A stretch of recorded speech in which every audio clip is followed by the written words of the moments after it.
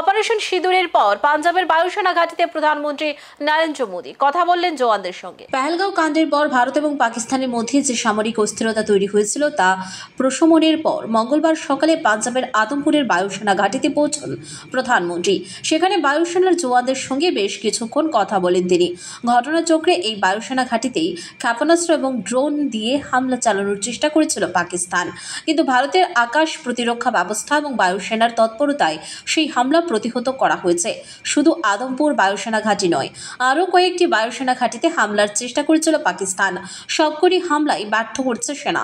পাকিস্তানের মাটিতে প্রত্যাঘাত এবং পাক হামলার দক্ষতার সঙ্গে রুখে দাঁড়ায় তিন বাহিনীর প্রশংসা শোনা গিয়েছে প্রধানমন্ত্রীর মুখে। এবার খোদ তাদের সঙ্গে দেখা করতে বায়ুসেনা ঘাঁটিতে গেলেন প্রধানমন্ত্রী।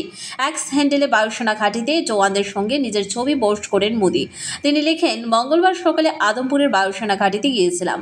আমাদের বাহাদুর জওয়ানদের সঙ্গে দেখা করলাম, যারা পাকিস্তানের বিরুদ্ধে কাঁধে কাঁধ মিলিয়ে বাহাদুরের সঙ্গে লড়াই করেছে। তাদের সঙ্গে সাক্ষাৎ আমার কাছে এক বিশেষ অভিজ্ঞতা। সেনাবাহিনীর প্রতি গোটা দেশ কৃতজ্ঞ। তারা দেশের সুরক্ষার জন্য সর্বদা প্রস্তুত। সোমবার দেশবাসীর উদ্দেশ্যে ভাষণ দিতে গিয়ে প্রধানমন্ত্রীর কণ্ঠে তিন বাহিনীর ভূয়সী প্রশংসাও শোনা গিয়েছে। তিনি বলেন, আমাদের সেনাবাহিনী সর্বদা সতর্ক। আকাশ, জল এবং মাটি সর্বত্র আমরা প্রস্তুত থেকেছি। নতুন নরমাল তৈরি করেছে সেনা। ভবিষ্যতে প্রয়োজন হলে আবারও জবাব দেওয়া হবে। কোনো নিউক্লিয়ার ব্ল্যাকমেইল ভারত সহ্য করবে না। মোদী দাবি করেন, রাষ্ট্রীয় মদতপুষ্ট সন্ত্রাসের বড় উদাহরণ পেহেলগাঁও কাণ্ড। তার কথায়, প্রত্যেকটি যুদ্ধের ময়দানে আমরা পাকিস্তানকে পর্যদম্ভ করেছি। অপারেশন সিঁদুরে আমরা সেই শ্রেষ্ঠত্ব প্রমাণ করলাম। প্রসঙ্গত 22 এপ্রিল পেহেলগাঁওয়ের পর গত 7 মে পাকিস্তানের মাটিতে প্রত্যাঘাত করে ভারত।